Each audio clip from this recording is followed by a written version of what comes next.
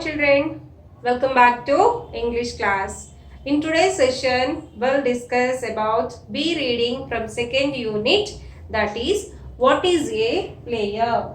What is our second reading children? What is a player, which was written by Jessica Taylor.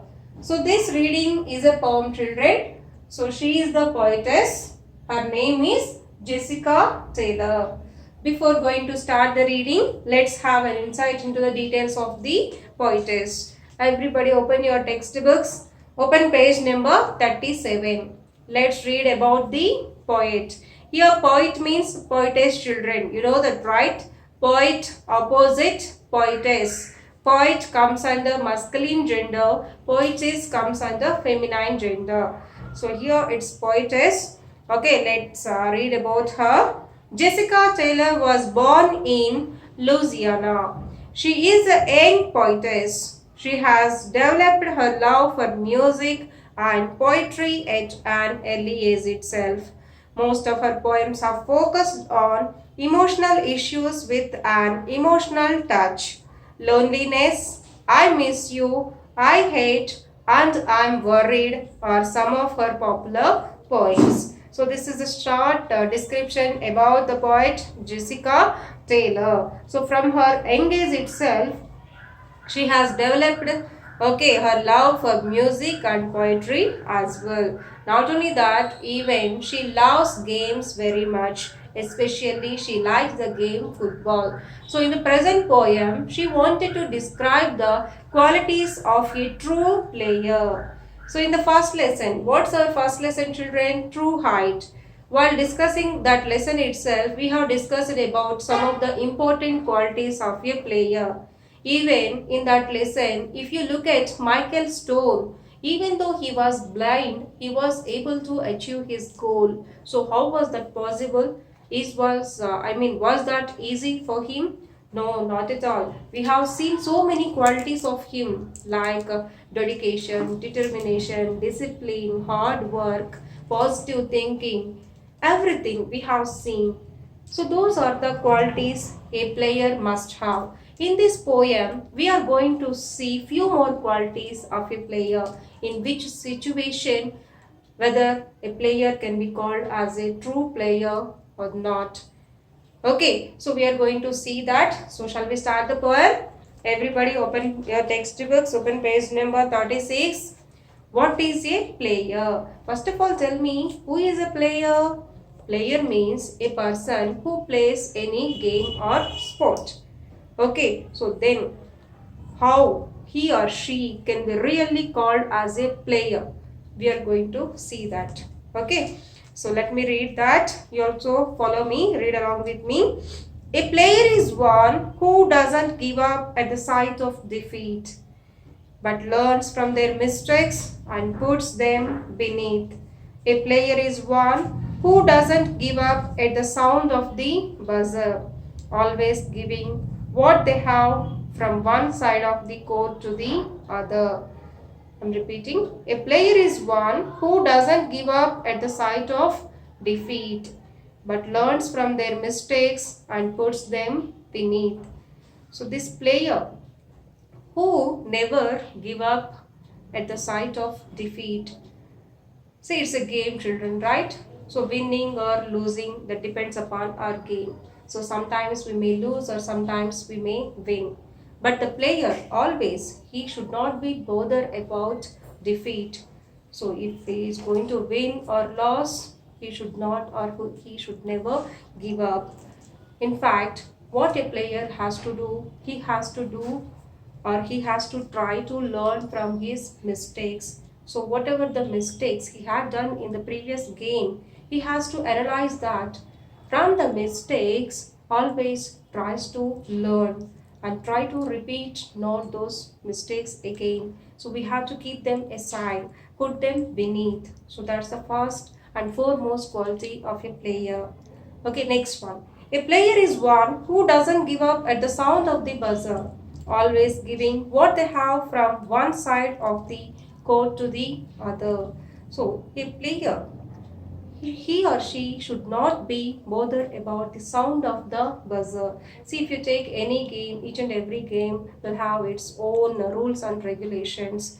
So they should not be bothered about the time. Always try to move on, try to move ahead. And of course, every time, each and every time, they have to give their best, whatever they can do, always, until the last moment. So that means from one side of the court to the other. So if you take the games like football and other games, always they try to keep on playing. So that's the second quality a player should have. Okay, let's move on to the second stanza. What is that? A player is one who doesn't whine about their playing time because a player knows it's an unacceptable crime. A player is one who practices game speed, always keeping in mind that their shots are not guaranteed. So, a player is one who doesn't whine. WHINE. It's a verb. Meaning is complain, who never complains about the game or time, especially. So this one, actually, if we ask you the questions like have you prepared for ST, homework is finished or classwork is finished, we use it to listen so many types of reasons from your side, right? Always you complain about something. Yesterday we went somewhere, our textbook not there, I forgot the book in the class itself. Like that, so many reasons, so many complaints, that shows you haven't done your work properly. That's why you are looking for some kind of excuses, reasons. But a player, they never, but a player, he or she, like she should not complain about anything, especially time. They shouldn't say there is no time for the practice, or in the game I didn't get a sufficient time. So they should not complain. If he or she does that, that's going to be an unacceptable crime. So it's not at all acceptable. So no complaints, no reasons, no excuses at all. If he or she is doing that, that comes under an unacceptable crime. Okay, next. A player is one who practices game speed, always keeping in mind that their shots are not guaranteed. So a player has always to practice the game speed. So they should know each and everything about the game. So within how much time or within how many balls or something. So how they have to finish their game, they must have the clear idea about the game. They must know the loopholes. They always have to be prepared. And sometimes they may know that their shots are not going to be guaranteed, even though they should not leave that. They have to keep on playing. They know that maybe the opposite team is strong, they are going to lose that, maybe they can't defeat them, so it's not going to be work out. In that case also, they should not leave the game, they should not give up, they have to continue. That's one more important quality of a player. Okay, next stanza, third one. A player is one who doesn't settle for anything less, even knowing that they are not the best. They will be the ones you see outside practicing day or night, rain or shine. They are the ones running on hot ankles, admitting they are fine. So a player is one who doesn't settle for anything less. So in the first reading, we have seen that one the wonderful quotation given by Dr. that was dream and dream, dream high. Your dreams leads to thoughts and your thoughts leads to actions. So here also the same thing is applicable. The player always they have to set up their goals very high. So they may have to compete with the strongest teams. So their goals must be very high. He has not let him very less. And even knowing that they are not the best, sometimes they may know that they are not the best, even though they should not make themselves very less. They will be the ones you see outside practicing. So you know the famous proverb, right? Practice only makes man perfect. Like the same thing, always the players they use it to practice regularly every day. Okay, like day or night, rain or shine. Whether it's raining or shining, day or night, they don't bother about. They doesn't. All these doesn't matters for them. always they used to practice. Their main focus, it's like only the game. They have to win the game. That's always goes on their minds. They are the ones running on hurt ankles, admitting they are fine. Sometimes while playing, they may get hurt also. Even though what generally how they behaves that they admits themselves like they are fine, and they use it to continue the game. So that's called their true spirit. So that player is really to be called as a true player. Even though it's hurting, they continues their game. That's one more important quality of a true player according to the poetess. Last one. A player is one who has a strong, sensible mind, never pondering about failing, only contemplating prevailing.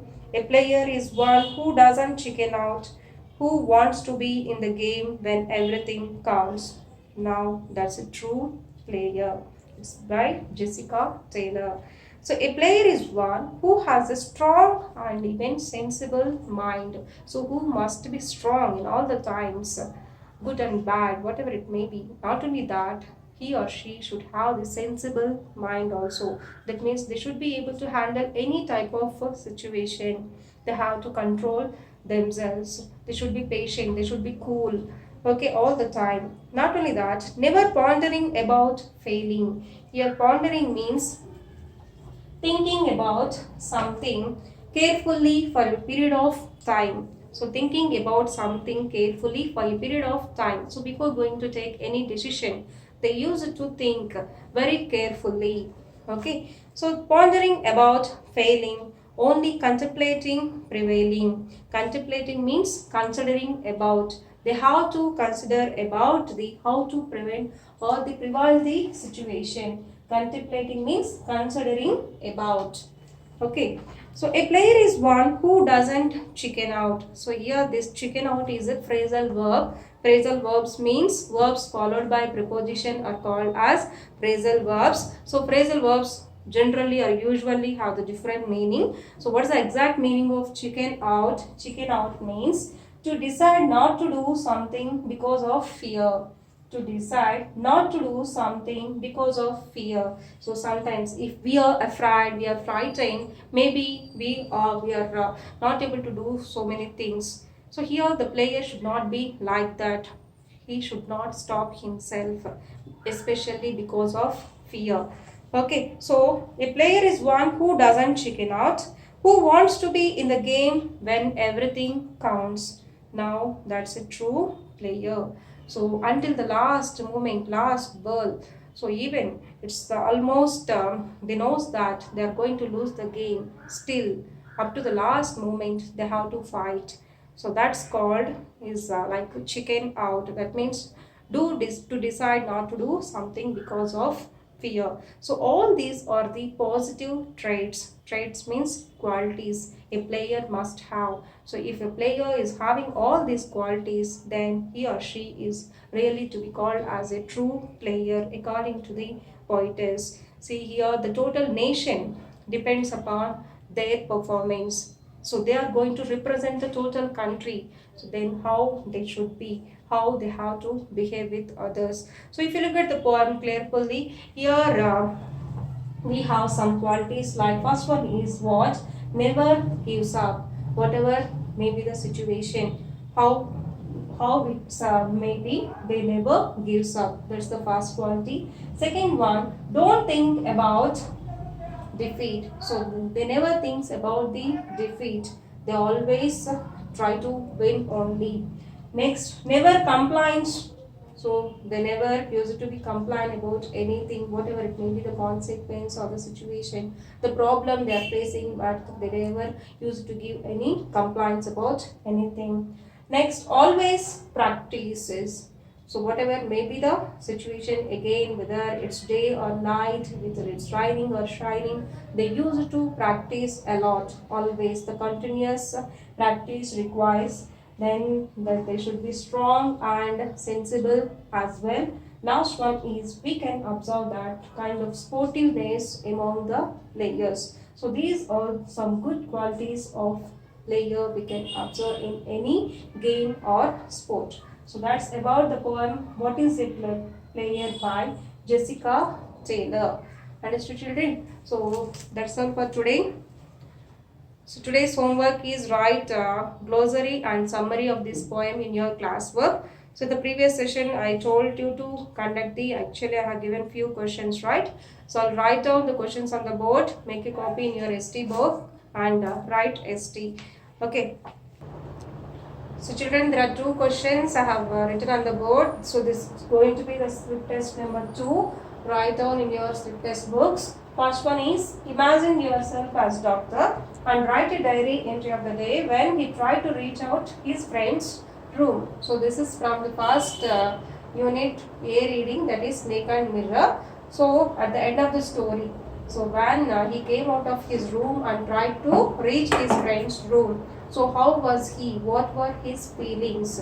Write about that. Imagine yourself as a doctor, and write the diary entry. This question is for 5 marks. The next one, make a poster about any missing dog. So we have seen this question, right? So just design any poster by taking the example of any one missing dog. So this is for 5 more marks, total for 10 marks. And today's homework is going to be page number 35, 6th bit, and page number 36, 7th bit. These two questions also prepare for ST. Finish classwork and at the same time prepare for ST. These two questions will conduct ST in the next session as well. So now copy the questions. Thank you.